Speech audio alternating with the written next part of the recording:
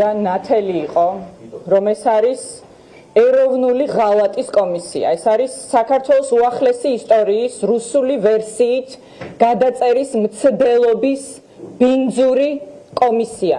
ეს არის კომისია, რომელიც მიზნად ისახავდა არა მხოლოდ საქართველოს დადანაშაულებას ომში, არამედ ასევე იმდროინდელი უმაღლესი მთავარსარდლის პრეზიდენტი მიხეილ სააკაშვილის დადანაშაულებას, რომელიც სწორედ პუტინის დაკვეთით დღესაც იხდის სასჯელს იმისთვის, რომ მან შექმნა თანამედროვე წარმატებული ქართული სახელმწიფო და ეს სახელმწიფო არ დაუთმო მტერს 2008 წელს.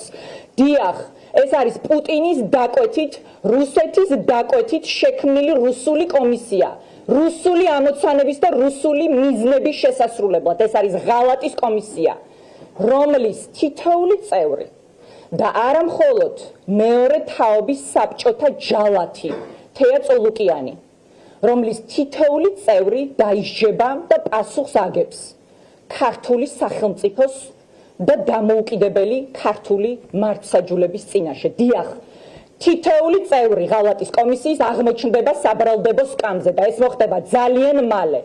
ეს მოხდება ძალიან მალე სწორედ ქართველი ხალხის მოტანილი ცვლილებების შედეგად, რომელსაც მოვიტანთ დიახ შვიდობიანი რევოლუციით. სიტყვა რევოლუციის ბიძინა ივანიშვილს ძალიან ეშინია და სწორად ეშინია, იმიტომ რომ ნამდვილი სახალხო რევოლუცია არის ხალხის კონსოლიდაცია, ხალხის ერთიანობა და ნამდვილი ხალხის ძალის მოქმედებაში მოყვანა. ეს არის ნამდვილი სახალხო რევოლუცია.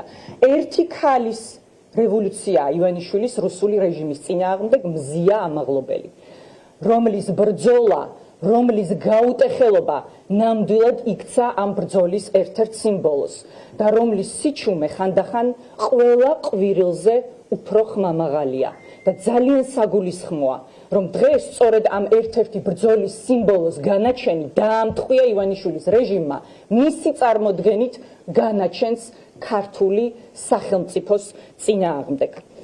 მაგრამ ჩვენ ძალიან კარგად უნდა გვესმოდეს და შეიგნონ ასევე ივანიშვილმა და მისმა ამბსონებმა. დიახ, მათ გასაგონად მინდა ვთქვა, უსამშობლო, უღირებულობო, ფულზე დახამებულო მონებო, რომლებიც ვერასოდეს შეიგრძნობთ სამშობლოს სიყვარულის ძალას. ერთიანი ნაციონალური მოძრაობა, რომელმაც პრეზიდენტ სააკაშვილთან ერთად, პრეზიდენტი სააკაშვილის გუნდით შექმნა თანამედროვე ქართული სახელმწიფო, ყოველთვის იქნება ქართული სახელმწიფოს გადარჩენის ბრძოლის ავანგარდში. ერთიანი ნაციონალური მოძრაობა ყოველთვის იქნება ამ ბრძოლის მთავარი ფლაგმანი. დიახ, და რაც არ უნდა წეროს და იკითხოს მეორე თაობის საბჭოთა ჯალათმა თეა წოლუკიანმა, სწორედ ეს ძალა მოიტანს ცვლილებებს ჩვენი ქვეყნისთვის ქართულ ხალხთან ერთად.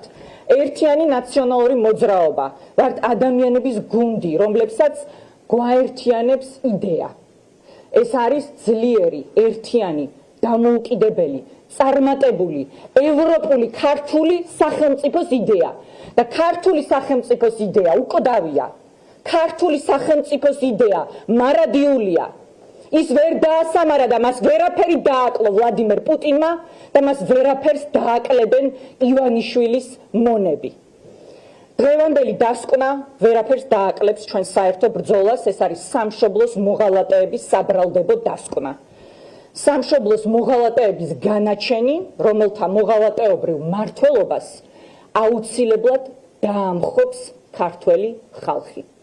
და ამ ბრძოლაში ყველაზე საიმედო, ყველაზე სანდო, ყველაზე ძლიერი და უღალატო საყრდენი ქართველი ხალხისთვის იყო, არის და იქნება ერთიანი ნაციონალური მოძრაობა, რომელიც მრავალი მცდელობის მიუხედავად ივანიშვილის რუსულმა რეჟიმმა ვერ დაშალა, ვერ დაამარცხა, ვერ გააუქმა, ვერ გააჩერა. ასეა დღეს და ასე იქნება ხვალად საბოლოო გამარჯვებამდე. თავისუფლება მიშას, თავისუფლება მზიას, თავისუფლება ნინოს, თავისუფლება ყველა პოლიტ პატიმარს. ბოლოს მაინც ჩვენ მოვიგებთ. ღმერთი ფარავდეს საქართველოს.